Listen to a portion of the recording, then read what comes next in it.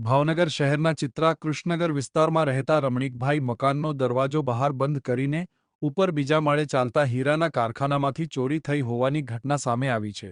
રમણીકભાઈ જણાવ્યું હતું કે વહેલી સવારે તેઓ ઉઠ્યા ત્યારે ઘરનો દરવાજો બહારથી બંધ હતો, જેથી પાડોશીને બોલાવીને દરવાજો ખોલ્યો અને ઉપર જઈને જોતા અજાણ્યા શખ્સો ઘૂસીને આશરે 3 લાખના હીરા ચોરી ગયા હોવાનું માલુમ થતાં હાલમાં મામલો પોલીસ મથકે પહોંચ્યો છે।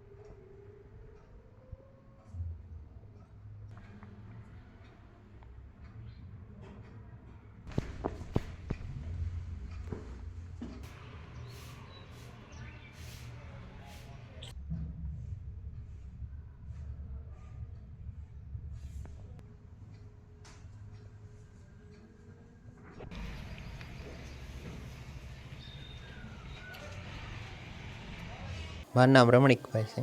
આજે અમે વહેલા સવારે જાગ્યા ને તો બારણું બંધ હતું અને જોયું ને તો બહારથી આંકડીઓ બંધ હતો। પછી તરત બાજુવાળા ભાઈને ફોન કર્યો, મેં કહ્યું આંકડીઓ ખોલી નાખો તો એટલે એને ખોલ્યો સવારમાં 5:30-6 અને તરત બહાર આવીને મેં જોયું, મેં કહું કે આ આંકડીઓ બંધ ન હોય કેમ બંધ છે।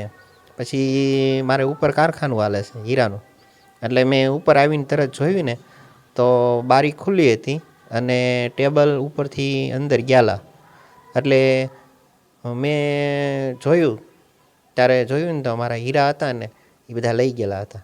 એટલે આજે સાહેબને ફોન કરી સાહેબ પાસે ગયા સવારે ડિવિઝનમાં અને ના લખાયું છે કે અમારા હીરા હતા ને 3 લાખ ઉપરના હીરા ચોરી થઈ ગયા છે।